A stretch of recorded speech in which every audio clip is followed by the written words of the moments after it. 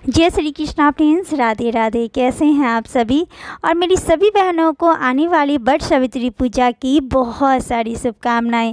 माता रानी आप सभी की मुरादें पूरी करे। तो आज की इस वीडियो में मैं आप लोगों से बात करने वाली हूँ वट सावित्री व्रत के बारे में। वट सावित्री का व्रत आने वाला है 19 मई 2023 अमावस्या को ये व्रत मनाई जाएगी। ऐसे में हमारी बहुत सारी बहनें हैं जिनको इस व्रत के बारे में बहुत सारी चीज़ें पता नहीं होती है, तो उनको लगता है कि हमारे घर में कोई बड़े बुजुर्ग होते तो वो बताते कि इस व्रत को कैसे किया जाता है, पूजा किस तरीके से की जाती है। कभी कभी जानकारी के अभाव में उनसे बहुत सारी गलतियां भी हो जाती है। तो फ्रेंड्स, ऐसे में आज की इस वीडियो में मैं आप लोगों को बताऊंगी कि अगर आप वट सावित्री की व्रत रखना चाहती हैं या रखती हैं, क्योंकि ये व्रत सुहागन महिला अपने पति की लंबी आयु और सुखी वैवाहिक जीवन की मनोकामना से ही इस व्रत को करती हैं। वट सावित्री की व्रत करने से सुख समृद्धि और संपूर्ण सौभाग्य की हमें प्राप्ति होती है। इसलिए सभी सुहागन महिलाओं को अगर अपने पति की लंबी आयु चाहती हैं तो इस व्रत को जरूर करना चाहिए। तो चलिए हम जानते हैं कि इस व्रत का नियम क्या है, विधि क्या है, सामग्री हमें क्या चाहिए, फेरे हम कितने बार लगाएंगे, नई साड़ी पहने या हम पुरानी भी साड़ी पहन सकते हैं। तो सारी महत्वपूर्ण बातें इस वीडियो में मैं आप लोगों को बताने वाली हूँ, ताकि अगर आप इस व्रत को पहली बार भी करने जा रही हैं तो आपको इस व्रत को करने में कोई दिक्कत ना हो। तो चलिए हम सबसे पहले जान लेते हैं कि इस व्रत का नियम क्या है। तो फ्रेंड्स, इस व्रत का नियम का पालन आपको एक दिन पहले से ही करना चाहिए। एक दिन पहले ही आपको बाल धोकर नहा लेना चाहिए, अपने नाखून काट लेने चाहिए और शुद्ध हो जाना चाहिए। आपको बिना लहसुन प्याज वाले भोजन उस दिन करना चाहिए। और आप दूसरे दिन जिस दिन व्रत है उस दिन आपको सुबह सवेरे जल्दी उठकर स्नान आदि कर लेना चाहिए। और वट सावित्री का व्रत सुहागन महिलाओं का व्रत है, तो आपको उस दिन 16 श्रृंगार करने चाहिए। इसके बाद वट सावित्री की व्रत में कुछ जगह पर नई साड़ी पहनकर पूजा करने की रिवाज होती है और कुछ जगह पर शादी की जोड़ा पहनकर भी इस पूजन को किया जाता है। तो अगर आप इस व्रत को पहली बार कर रही हैं तो मैं तो यही कहूँगी कि आप नई साड़ी पहनकर इस पूजन को करें, या आपके घर में पहले से ही इस पूजन को किया जाता है और शादी की जोड़े पहने जाते हैं तो आप शादी की जोड़ा पहनकर भी इस पूजन को कर सकते हैं।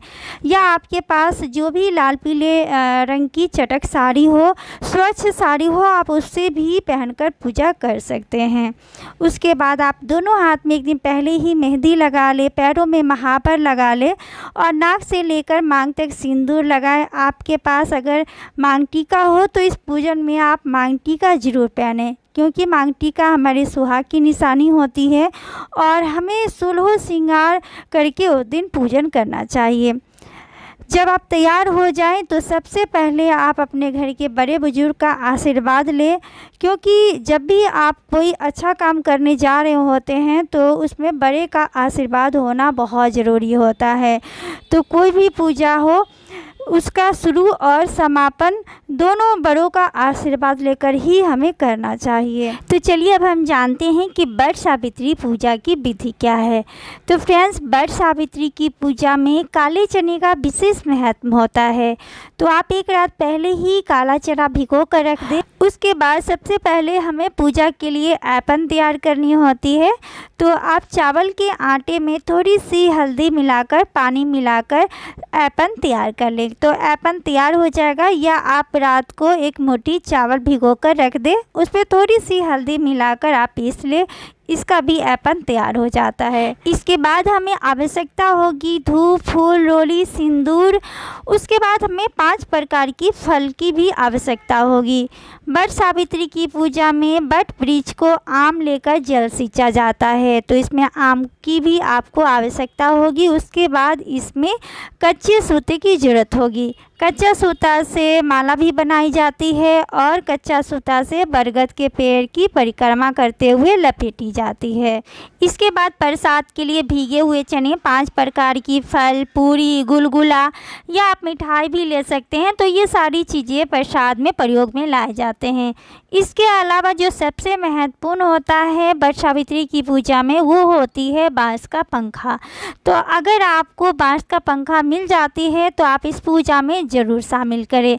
इसके अलावा एक सुपारी में मौली लपेटकर आप गणेश जी के रूप में ले लें, क्योंकि किसी भी पूजा से पहले सर्वप्रथम हम गणेश जी की पूजा करते हैं। उसके बाद आपको ज़रूरत होगी बरगद के पत्तों की। बरगद के पत्तों से गहने के रूप में धारण किया जाता है। तो जूड़े में या चोटी में आप लगा सकते हैं और उस पत्ते को 24 घंटा लगा कर रखने होते हैं। उसके बाद अगर आप इस व्रत को घर पर करना चाहती हैं तो आप एक दिन पहले ही बरगद के डाली घर पर मंगवाकर आप गमले में लगा लें। आप भूल से भी व्रत वाले दिन आप बरगद के डाली को ना तोड़ें, इस बात का आप लोग विशेष ध्यान रखें। एक दिन पहले ही आप मंगवा लें डाली और गमले में लगा लें। इसके बाद आपको एक लोटा जल लेनी है, जो कि आपको बरगद के बीज को सींचना है। इसके अलावा आपको पूजा में श्रृंगार की सामान की आवश्यकता होगी। कम से कम 5 या 7 चीज़ें आप ज़रूर खरीद कर लाएं। और इसके अलावा आप कपड़े भी चढ़ा सकते हैं, आप साड़ी चढ़ा सकते हैं, चुंदरी चढ़ा सकते हैं, आप ब्लाउज का पीस भी चढ़ा सकते हैं। और कहते हैं इन दिनों दान करने का बहुत ज़्यादा महत्व होता है। जिस चीज़ों का जितना ज़्यादा दान किया जाए उतनी ही उसकी अधिकता बढ़ती है। कहते हैं कि सुहाग का सामान जितना ज़्यादा दान किया जाए उसकी उतनी ही अधिकता होती है, यानी हमारी सुहाग उतनी ही लंबी होती है। तो आप जो भी श्रृंगार का सामान आप चढ़ाते हैं उसमें से आप कुछ सामान अपने लिए रखें और कुछ सामान जो है वो आप वहीं पे कोई पंडितान हो उसको आप दान कर दें। इसके अलावा हमें पूजा के लिए एक चौमुख दिया लेना है। दीपक जलाने के लिए आप घी ले लें या आप तिल के तेल से भी दीपक जला सकते हैं, माचिस ले ले। तो ये सारी सामग्री आप जो है वो एक साथ ही तैयार कर ले। उसके बाद आप पूजा के लिए प्रस्थान करें। तो अगर आप घर में पूजा कर रहे हैं तो भी, अगर आप वृक्ष के नीचे जाकर पूजा कर रहे हैं तो भी सबसे पहले आपको पूजा स्थान पर वट वृक्ष के जो नीचे आप पूजा करेंगे वहाँ पर ऐपन से आपको जो है रंगोली बनानी है। उसके बाद आप पूजा की सामान उस स्थान पर रखें। सर्वप्रथम आप गौर गणेश की पूजा करेंगे। उसके बाद आप वट वृक्ष को जल से सींचना है आपको। उसके बाद हम वट वृक्ष को सिंदूर लगाएंगे, हल्दी लगाएंगे और हम दीपक जलाएंगे। साथ में हम धूप दिखाएंगे, फूल चढ़ाएंगे और हम प्रसाद चढ़ाएंगे। और जो दीपक आप जला रहे हैं उसका आप ध्यान रखें कि पूजा के समय उसे जलते रहना चाहिए, पूजा के बाद भी वो जलते रहे। उसके बाद जो आप कच्चा सूता लेकर गए हैं उसे बरगद के पेड़ से लपेटते हुए हमें परिक्रमा करनी है। आप 5 परिक्रमा भी कर सकते हैं, 11 कर सकते हैं, 21 कर सकते हैं, 51 या 108 परिक्रमा भी कर सकते हैं। सबसे उत्तम 108 परिक्रमा को माना जाता है। इसके बाद हमें सावित्री और सत्यवान की कथा सुननी होती है। उसके बाद हमें कच्चा सूता की माला बनानी होती है। 12 बार लपेटते हुए 2 माला बनानी होती है। एक माला हमें वट वृक्ष को जो है वो पहनानी होती है, एक माला जो है वो हमें स्वयं पहननी होती है। इसके बाद शिव पार्वती जी की गीत गाई जाती है और आरती की जाती है। इसके बाद वट देवता से गले मिल करके हम उनसे आशीर्वाद मांगते हैं कि हे वट वृक्ष, जिस तरह से सावित्री ने अपने पति की प्राणों की रक्षा की उसी तरीके से हम अपने पति की प्राणों की रक्षा कर सके, उनकी आयु लंबी हो। यह कामना करते हुए हम इस व्रत को संपन्न करते हैं। फ्रेंड्स, इस पूजन के बाद हर जो सुहागन महिलाएं होती हैं एक दूसरे को सिंदूर लगाती हैं, एक दूसरे से गले मिलती हैं, एक दूसरे को बधाई देते हैं।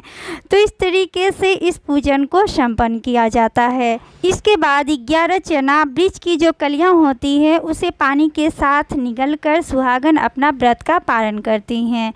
इस व्रत में फ्रेंड्स बहुत सारे जगह नमक का भोजन नहीं किया जाता है, लेकिन कुछ जगह पर इस पूजन के बाद खाना खा लिया जाता है। लेकिन हम लोग के यहाँ इस व्रत में नमक वाले भोजन नहीं खाए जाते हैं, एक टाइम का ही भोजन होता है, फलाहारी भोजन। तो आपके यहाँ ये नियम आप देख लेंगे कि आपके यहाँ अगर नमक वाले भोजन खाए जाते हैं तो आप खाएं, नहीं तो इस व्रत में नमक वाले भोजन हमारे ख्याल से तो नहीं खाने चाहिए। तो हमारे यहाँ नहीं खाई जाती है नमक वाले भोजन, एक टाइम का मीठा भोजन खाई जाती है। उसके बाद आप अपने घर में सभी बड़ों का पैर छूकर आशीर्वाद ले और सदा सुहागन रहने का सभी से आशीर्वाद पाए।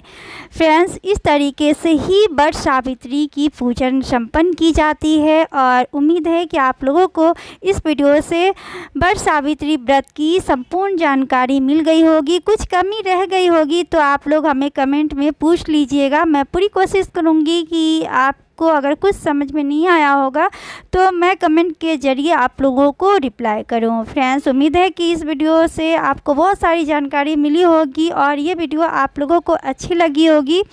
तो ये वीडियो अगर आप लोगों को अच्छी लगी होगी तो प्लीज़ इस वीडियो को आप लोग लाइक कर सकते हैं, आप शेयर भी कर सकते हैं। मेरे चैनल पर अगर आप पहली बार आए हैं तो मेरे चैनल को आप सब्सक्राइब कर सकते हैं। वीडियो देखने के लिए और अपना समय देने के लिए धन्यवाद।